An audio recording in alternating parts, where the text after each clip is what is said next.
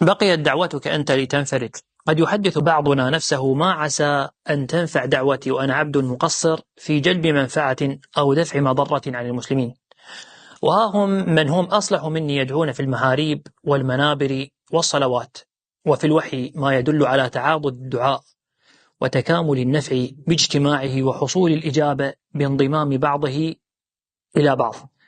في قصة أصحاب الغار لم تنفرج الصخرة انفراجا تنكشف به كربتهم بدعوة أحدهم، حتى انضمت الدعوات الثلاث فزحزحتها شيئا فشيئا حتى خرجوا.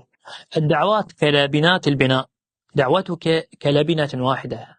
أرأيت أنه ربما كان مريضا في بيتكم، أو مكروبا في عائلتكم، أو مبتلا في القبيلة أو الحي، أو محتاجا من أصدقاء، لم يبقى عن انفراج أزمته إلا دعوة واحدة، هي دعوتك أنت. نحن لا نعلم أي دعوات أصحاب الغار حركت الصخر أكثر، وربما حركت دعوة أحدهم الصخرة ضعف ما حركت الأخرى، لكننا نعلم أنهم لم يخرجوا إلا بعد دعائهم جميعا. ربما لم يبقى عن انفراج الكربة إلا مثقال ذرة تأتي من دعوتك أنت يا من يتقال لها. ربما سبق في تقدير الله أن بلية من بلايا المسلمين لا ترتفع إلا بمليون دعوة جميعا غير واحد، ربما تكون أنت. قال الله تعالى: قد أجيبت دعوتكما. لقد سأل موسى وهارون عليهما السلام ربهما شيئا واحدا، وأخبر الله تعالى أن الإجابة وقعت بدعوتهما معا.